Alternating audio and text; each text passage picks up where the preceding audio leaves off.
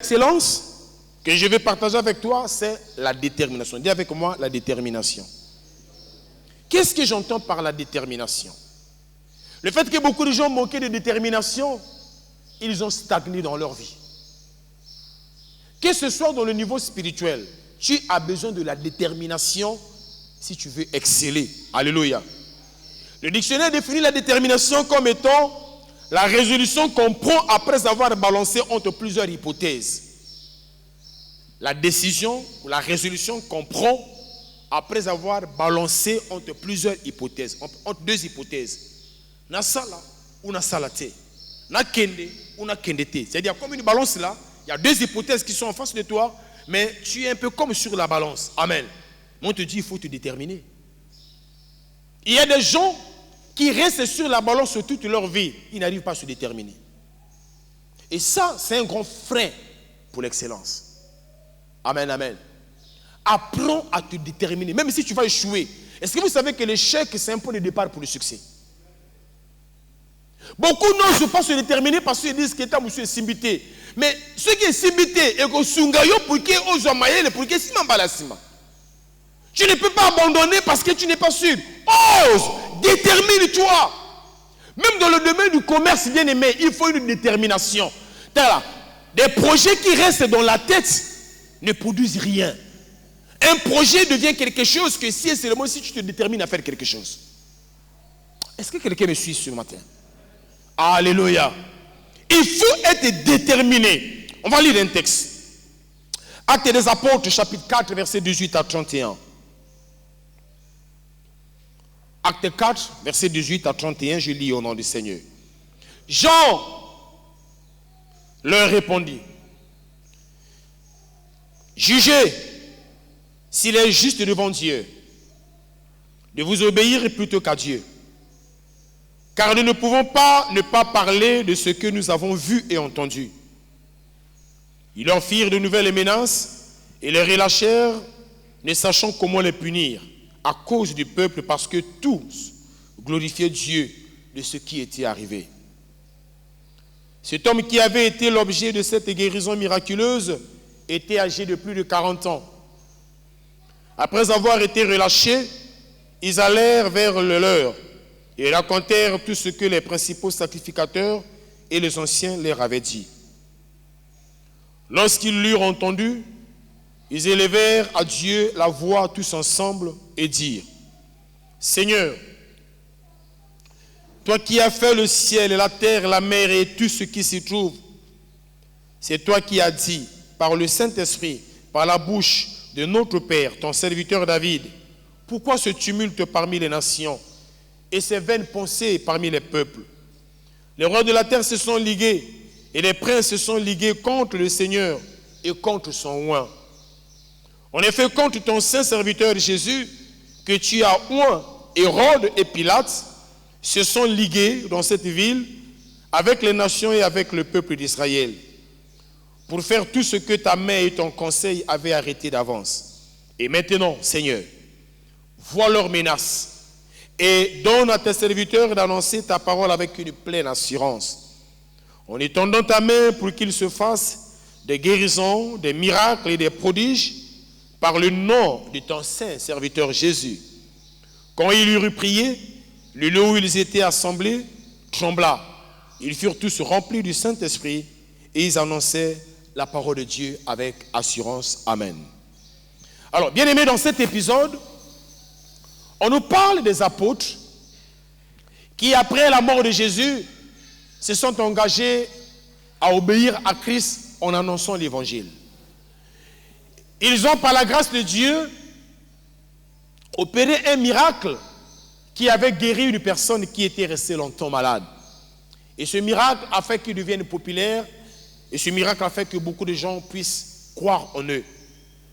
Et les pharisiens, les chefs du peuple étant un peu jaloux, vu que tout le monde commençait à courir vers ces apôtres, alors ils vont les convoquer afin de les empêcher de ne plus jamais prêcher en ce nom. Amen. Voilà pourquoi le texte dit qu'ils les ont menacés en les interdisant de continuer à prêcher encore en ce nom. Ils ont cherché quelles sanctions les infliger, ils n'ont pas trouvé parce qu'ils avaient peur du peuple qui les suivait. Mais du moins, ils leur ont dit, on ne veut plus vous entendre prêcher en ce nom-là. Alors, les apôtres, donc Jean va se lever, il va dire, mais écoutez, jugez en vous-même. Est-il convenable de vous obéir, vous, ou plutôt que d'obéir à Dieu? Parce que c'est Dieu qui leur a donné la mission de prêcher au nom de Jésus. Maintenant, vous nous dites de ne pas prêcher. Dites-nous, on obéir à Dieu et vous obéir, qu'est-ce qu'on doit faire? Donc, en un mot, ils ont refusé d'obéir à ces hommes. Ils ont continué à prêcher. Alléluia. Et de retour auprès de leur, ils vont rendre compte. Et qu'est-ce qui se passe ici? On va se rendre compte que malgré la menace, malgré toutes les menaces qu'on a pu leur faire, mais ils sont restés déterminés dans leur voie. Amen, amen. Ils ont continué à prêcher. Ils ne sont pas laissés emporter par la peur. Ils n'ont pas changé de vision. Ils n'ont pas changé ce qu'ils avaient à faire. Ils étaient déterminés. Ils ont choisi de désobéir aux hommes et d'obéir à Dieu. Alléluia. Et parce qu'ils ont choisi d'obéir à Dieu et de désobéir aux hommes, alors la gloire de Dieu, la grâce de Dieu était leur partage. Ils ont connu le succès, ils ont excellé dans leur ministère parce qu'ils se sont déterminés. Voilà pourquoi je te dis, bien-aimé, que l'excellence dépend de ta détermination. Sois un homme déterminé, sois une femme déterminée. Quand tu t'engages à faire quelque chose, et si du moins tu es convaincu que la chose dans laquelle tu t'es engagé est conforme à la volonté de Dieu, bien-aimé, persévère dans ce que tu fais. Sois déterminé. Tu ne peux pas devenir grand, tu ne peux pas influencer le monde si tu es un homme indécis. Les hommes indécis ont du mal à prendre des décisions. Les femmes indécises ont du mal à décider. Elles sont là toujours sur la balance. Bien aimé, si tu es toujours sur la balance, tu n'avanceras jamais. Qui a dit Amen? Alléluia. Troisième clé pour l'excellence ou pour le succès, l'ambition. Dis avec moi, l'ambition. Amen. L'ambition. Qu'est-ce que l'ambition? L'ambition, c'est un rêve. L'ambition, c'est un rêve. L'ambition, c'est une vision.